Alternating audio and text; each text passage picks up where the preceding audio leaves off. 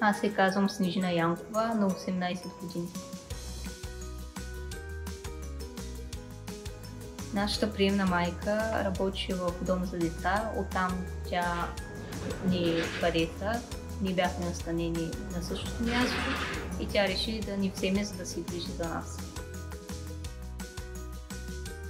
Най-хубавите ми спомени в приемната грижа са когато бяхме малки и заедно играехме, скачахме и се радвахме с нашите приемни родители.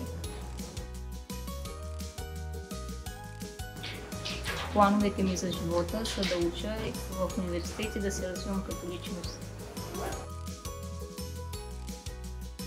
Приемната грижа е страхотна възможност, затова всеки трябва да реши да отгледа едно дете и да го направи щастливо по начин, по който трябва да се чувства.